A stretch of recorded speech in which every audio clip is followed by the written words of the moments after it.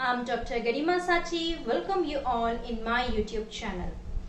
ECG की series में आज हम लेक्चर 2 पे देखते हैं पी वेव के बारे में। तो जो पी वेव है वो जो छोटे स्मॉल स्क्वायर्स हमने समझे थे उसमें 2.5 स्मॉल स्क्वायर से ज्यादा ऊपर नहीं होनी चाहिए। मीन्स 1, 2 और ये 2.5 इससे ऊपर नहीं जाती है, उससे ज्यादा बड़ी नहीं होना चाहिए, तो वो नॉर्मल होती है।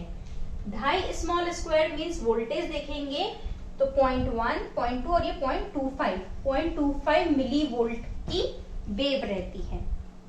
और यदि हम ड्यूरेशन वाइज समझें तो वो 3 स्मॉल स्क्वायर 1, 2 और ये 3 स्मॉल स्क्वायर ड्यूरेशन में रहती है। मीन्स 0.04, 0.08 और 0.12। तो 0.12 सेकेंड से ज्यादा की लेंथ या ड्यूरेशन नहीं होनी चाहिए।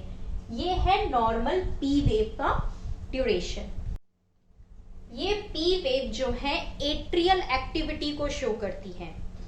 हर लीड में पी प्रेजेंट होती है और नॉर्मली ये अपराइट होती है। मींस जो लाइन है उसके ये ऊपर होती है।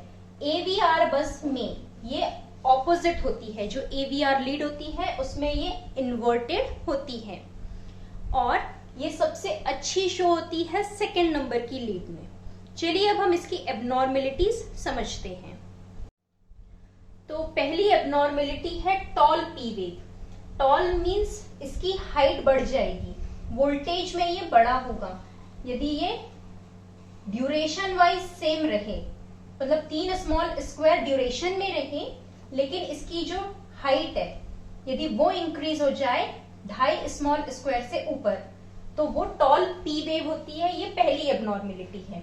इसे हम पी पल्मोनेट कहते हैं। मींस उस कंडीशन में होगी या राइट एट्रियल एनलार्जमेंट के केस में पी वेव टॉल होती है। दूसरी एबनॉर्मेलिटी है wide and notched P wave. Wide मतलब चौड़ी होगी, हाइट इसकी सेम रहेगी, 2.5 स्मॉल स्क्वायर रहेगी इस केस में, लेकिन ये डबल हो सकती है। ये वाइड या नॉच्ड मतलब बीच में नॉच मिलेगा, ये इसकी लेंथ बढ़ जाएगी। 3 स्मॉल स्क्वायर की जगह ये 5, 6, 7 हो सकती है। तो उस कंडीशन को कहते हैं हम पी माइट्रेल और लेफ्ट एट्रियल एनलार्जमेंट में देखा जाता है। इसे हम पी बाइफिड भी कहते हैं। ये सेकेंड एबनॉर्मेलिटी है। अब हम समझते हैं एट्रियल एनलार्जमेंट के आखिर कारण क्या हैं। तो पहला है माइट्रल और ट्राइकस्पिड स्टेनोसिस। अब आप इस पिक में देख सकते हैं माइट्रल वॉल्व। तो ये लेफ्ट एट्रियम और लेफ्ट वेंट्रिकल के बीच में होता है, लेकिन यदि इसमें नैरोइंग हो जाए, किसी तरह की स्टेनोसिस हो जाए, तो ये प्रॉपरली खुलता नहीं है। तो पहले जितना ब्लड लेफ्ट एट्रियम से लेफ्ट वेंट्रिकल में प्रॉपरली जाता है वैसा नहीं जा पाता और लेफ्ट एट्रियम में ब्लड रुकने लगता है, जिस वजह से लेफ्ट वेंट्रिकल में प्रॉपरली नीचे की तरफ फ्लो नहीं हो पाता, ब्लॉकिंग होने लगती है, जिस वजह से सांस लेने में भी दिक्कतें आती हैं। अब आप देख सकते हैं 4 वॉल्व्स हैं हार्ट में और चारों ही इसमें क्लियर नज़र आ रहे हैं। Pulmonary valve, mitral valve, tricuspid and aortic. तो माइट्रल और ट्राइकस्पिड की वजह से एट्रियल एनलार्जमेंट होता है यदि इन दोनों वॉल्व्स में कोई भी एबनॉर्मेलिटी होगी तो। अब आप देख सकते हैं कि ट्राइकस्पिड वॉल्व राइट एट्रियम और राइट वेंट्रिकल के बीच में है। यदि ये एबनॉर्मल हो जाए या फिर इसमें नैरोइंग हो जाए तो राइट एट्रियम से ब्लड प्रॉपरली राइट वेंट्रिकल तक नहीं जा पाता है, जिस वजह से एट्रियल एनलार्जमेंट होता है। तो इसमें राइट एट्रियल एनलार्जमेंट देखा जाता है। एट्रियल एनलार्जमेंट के अगले कॉज की बात करें तो वो सेकेंडरी हो सकता है पल्मोनरी हाइपरटेंशन के। पल्मोनरी हाइपरटेंशन मीन्स बीपी का रेज होना, ब्लड प्रेशर का रेज होना लंग्स की आर्टरीज में।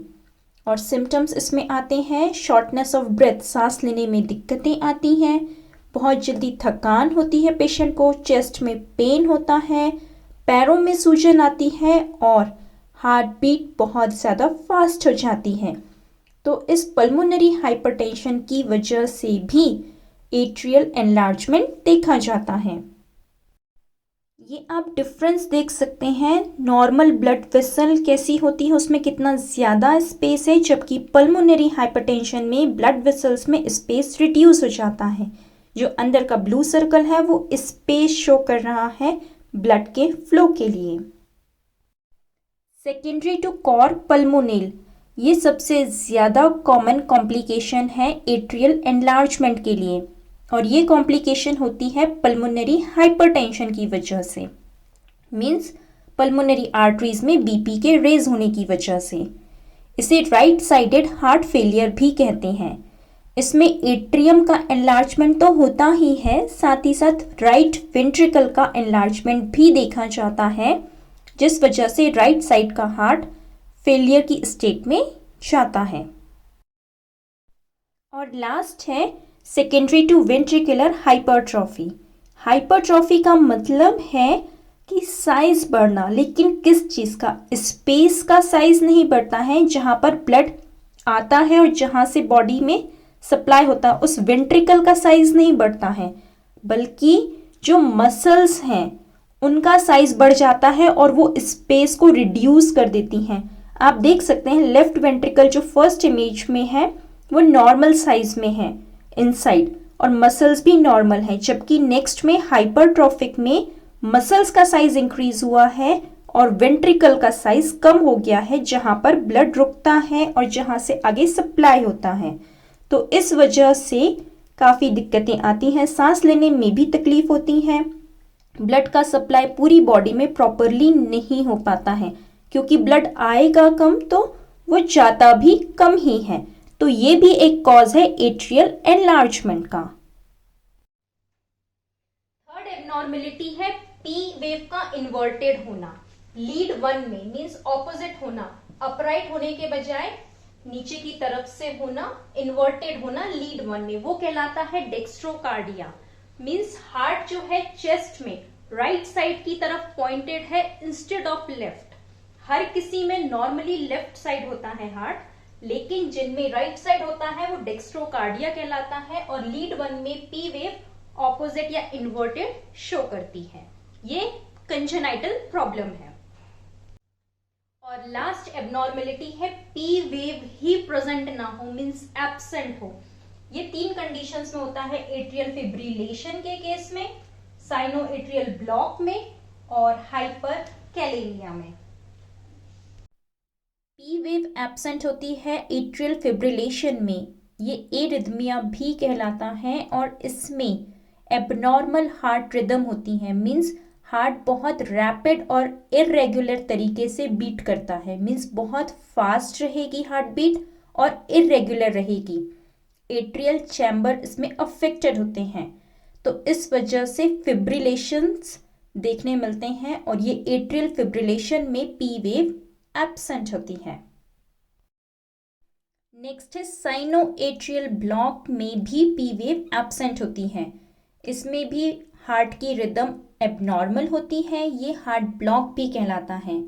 इसमें जो इम्पल्स इनिशिएट होती है ऐसे नोट से, साइनो एट्रियल नोट से, वो डिले हो जाती है या ब्लॉक हो जाती है, जिस वजह से एट्रियल बीट डिले होती हैं, और ये एट्रियल बीट डिले होने की वजह से पी वेव्स इनमें एब्सेंट देखने मिलती हैं। और लास्ट है हाइपर कैलेमिया। तो इसमें पोटेशियम का लेवल ब्लड में ज़्यादा होने की वजह से एबनॉर्मल हार्ट रिदम होता है, जिसकी वजह से कार्डियक अरेस्ट मीन्स हार्ट की गति का रुकना भी हो सकता है या डेथ भी देखी जाती है।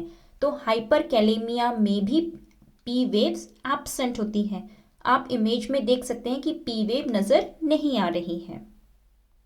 That's all for today। ये पी वेव का टॉपिक यहीं कंप्लीट होता है। नेक्स्ट ईसीजी लेक्चर में हम इसके आगे कंटिन्यू करेंगे, तो हमारे साथ जुड़े रहें, हमारे चैनल को सब्सक्राइब करें, लाइक करें, शेयर करें और बेल आइकन जरूर दबाएं। और हमारी क्लिनिक का एड्रेस व कॉन्टेक्ट नंबर इसी वीडियो के डिस्क्रिप्शन लिंक में दिया गया है। Stay connected to stay healthy. Thank you.